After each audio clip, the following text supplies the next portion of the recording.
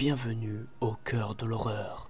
Aujourd'hui, je vais vous conter 5 histoires réelles vécues par des internautes. La première histoire se nomme « Erreur de jeunesse à ne plus jamais refaire ». J'avais environ 13 ou 14 ans et je possédais une planche de Ouija.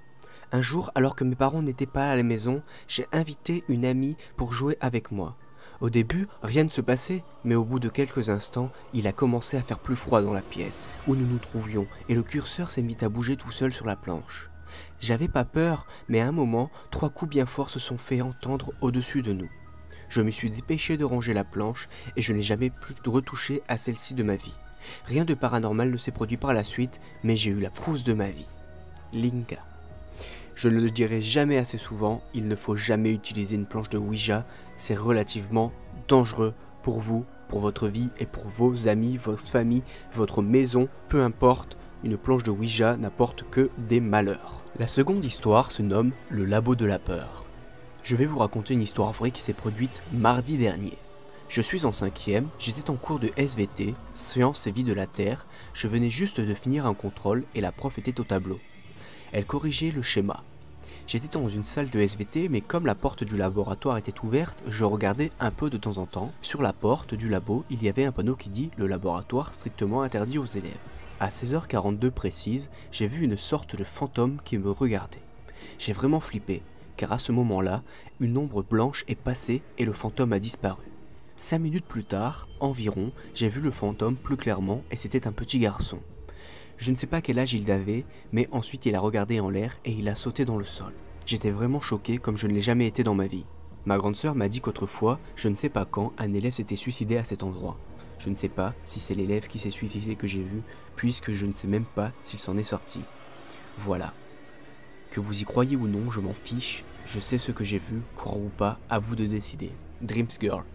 Donc pour résumer, c'est une apparition fantomatique qui s'est passée pour cette personne et apparemment ça l'a marqué. Et voilà, donc on va passer à la troisième histoire. Poupée surnoise. Bonjour, je m'appelle Garance et j'ai 14 ans. Je ne sais pas vraiment par où commencer mon histoire, alors je vais le faire comme je le sens, on verra si c'est compréhensible.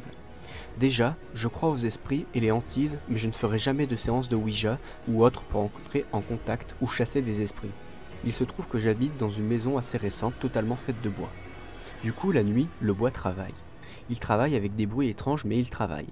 En fait, il n'y a pas si longtemps, le soir, j'étais obsédé par la poupée Robert de cette histoire si célèbre qui a inspiré Chucky, jeu d'enfant sorti en 1988. J'entendais des bruits, de pas et autres, mais c'était mon imagination car maintenant je n'y pense plus ou vaguement je n'entends plus rien. Il y a quelques jours, j'étais assise dans un couloir qui mène aux chambres de ma sœur et de mon frère et de mes parents, car il n'y a pas internet chez moi. Youpi. Bref. J'étais assise et il y avait quelque chose d'étouffant dans les airs. Des bruits de la fenêtre qui grinçaient et bien évidemment cette dernière était bien fermée. Puis un bruit sec s'est produit dans la chambre de mes parents et je n'ai pas osé bouger. J'ai attendu 10 secondes, j'ai débranché ma tablette, pas par la prise murale sinon ça aurait fait du bruit, et je me suis enfui vers les escaliers à toutes jambes. Le soir, j'en ai parlé à mes parents et le lendemain matin, ma mère m'a dit que rien n'était tombé dans leur chambre. Dans l'après-midi de ce jour, je me suis rendu dans le couloir pour récupérer mon chargeur, il faisait jour et rien d'étrange dans les airs, alors je suis allé sans crainte. Mais il n'y était pas. Je suis allé voir dans la chambre de mes parents pour voir s'il n'y avait pas été rangé chez eux. Mais non. En ressortant, j'ai regardé les 3 poupées en porcelaine posées sur une commode comme je le fais à chaque fois que je dois tourner le dos pour retourner sur mes pas. Surprise, elles étaient toutes les 3 renversées, façon domino. Petite, moyenne, grande, couchées sur le côté. C'était ça le bruit de la veille. Je ne les ai pas remises en place et je suis parti calmement pour ne pas brusquer les choses et ne pas leur montrer que j'ai peur d'elles. Je suis persuadé qu'elles sont tentées, surtout 2 d'entre elles. Avant, j'avais au moins 20 poupées en porcelaine dans ma chambre, mais j'ai eu le courage de les virer, car j'avais passé trop d'années à dire bonne nuit avant d'éteindre ma lumière de peur qu'elles ne me fassent quelque chose. Depuis, elles sont derrière une vitrine, entassées dans un panier ou posées sur une commode. Merci de m'avoir lu. Garance. Pour la 4e histoire, celle-ci se nomme « Apparition à la maternité ». Il y a 11 ans de cela, je mettais au monde ma dernière-née, un beau bébé calme et facile à vivre. Normalement, je ne devais pas avoir une chambre pour moi seul, mais faute de place, je me suis vu attribuer une voisine de lit. J'ai accouché par césarienne, tout comme elle.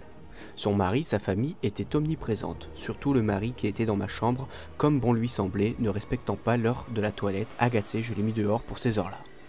Un jour, en fin d'après-midi, nous sommes en décembre, sa famille était venue, en grand nombre, plus de 10 personnes, dans une petite chambre d'accoucher. Ne supportant plus de les voir, je prends ma fille dans mes bras et tourne la tête vers la fenêtre la plus proche de moi. Vu qu'il faisait nuit noire dehors, la fenêtre reflétait autant qu'un miroir et là je reste pétrifié. Je voyais toute cette famille envahissante et les voyais parler normalement avec le reflet, mais une autre personne était là, une vieille dame. Elle aurait pu être de ma famille vu la ressemblance, mais je ne la connaissais pas. Elle se tenait debout, à la tête de mon lit, le visage penché sur moi et mon enfant. Elle ne me faisait pas peur. Elle me surprenait, c'est tout, car elle n'était pas censée être là. Derrière elle, la conversation se poursuivait normalement. Je jette un œil au mari en entendant sa voix, rien d'anormal, et je regarde à nouveau. Une femme, très digne, dans son tailleur démodé, qui nous regarde comme si elle nous connaissait. Tout cela a duré quelques secondes, puis j'ai tourné la tête pour voir si elle était là. Plus rien, ni près de mon lit, ni dans le reflet. Alors cette histoire peut être très effrayante comme elle peut être touchante tout simplement car on peut se dire que ce soit un démon, soit un ange. Dans le cas où ce serait un démon, c'est un démon qui a choisi sa victime future et dans le cas où ce serait un ange, c'est peut-être un ange qui l'aurait béni le bébé, mais après on ne peut être sûr de rien. Et pour terminer cet épisode, la dernière histoire se nomme le symbole mystique. Cette histoire m'est arrivée il y a longtemps, je devais avoir une vingtaine d'années. Un matin, en me réveillant, j'ai découvert un dessin qui ressemblait à un symbole mystique au creux de ma main droite, un triangle avec un cercle au milieu. La figure était parfaitement bien dessinée, ses lignes étaient nettes, bien droites et le cercle parfait. 3 petits traits dépassaient de la base, 2 qui continuaient de ses côtés et un autre au centre. Il était bleu, semblait ancré dans ma peau et j'ai immédiatement pensé à un tatouage car il y en avait la couleur. Je vous fais un dessin du symbole en question pour vous donner une idée de la chose. Alors aussi absurde que ça puisse sembler, je me suis dit que quelqu'un m'avait tatoué ce triangle pendant que je dormais et j'ai paniqué. J'ai tenté de l'effacer et à mon grand soulagement, une moitié du dessin s'est plutôt estompée, ne laissant aucune trace sur la peau. Je suis resté un moment stupéfaite et j'ai passé un doigt sur l'autre moitié qui a disparu comme la première sans laisser de traces. Je n'ai jamais compris comment ni pourquoi ce symbole était apparu au creux de ma main, mais j'ai regretté d'avoir eu si peur et de l'avoir montré à personne. La fille sans nom. C'est donc ainsi que se termine cet épisode des 5 histoires réelles écrites par des internautes et vécues par des internautes. J'espère que vous aurez apprécié cette vidéo, n'hésitez pas à la partager et à très bientôt.